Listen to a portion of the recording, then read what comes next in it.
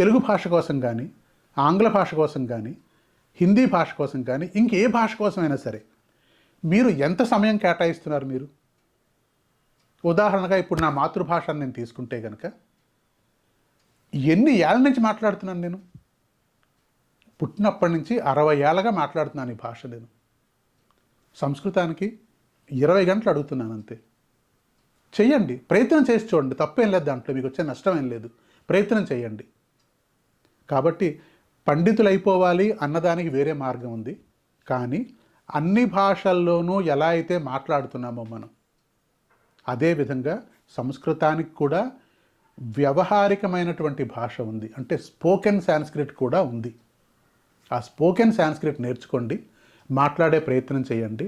ఇంకా ఎవరితో మాట్లాడను నేను అని చెప్పంటే కనుక మీ ఇంట్లో మాట్లాడండి, మీతో ఎవరైతే నేర్చుకున్నారో వాళ్ళతో మాట్లాడండి. చివరికి సంస్కృత భాష మనది, మనం మాట్లాడుకుంటూ ముందుకు తేవాల్సినటువంటి విషయం సంస్కృత భాష అంటే. మీరు నమ్మండి, ఆటో రిక్షాలో కూర్చున్న తర్వాత వాడితో మీరు సంస్కృతంలో మాట్లాడి చూడండి, అర్థమవుతుంది వాడికి.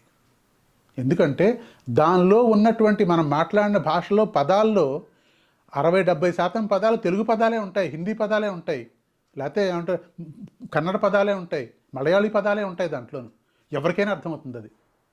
ఇంకొకటి తెలుసుకోవాలి మనం, సంస్కృతం యొక్క ప్రాశస్త్యం ఏంటంటే, మీరు ఆంగ్ల భాష, తెలుగు భాష, హిందీ భాష చూస్తే కనుక ప్రాంత ప్రాంతానికి భాష మాట్లాడే విధానం మారిపోతూ ఉంటుంది. కానీ సంస్కృత భాషను చూస్తే మాత్రం చైనా వాడు మాట్లాడినా, భారతీయుడు మాట్లాడినా, కేరళ వాడు మాట్లాడినా, లేకపోతే అమెరికా వాడు మాట్లాడినా అలాగే ఉంటుంది ఆ భాష. ఎందుకంటే నిర్దిష్టమైనటువంటి వ్యాకరణం ఉంది ఆ భాషకి.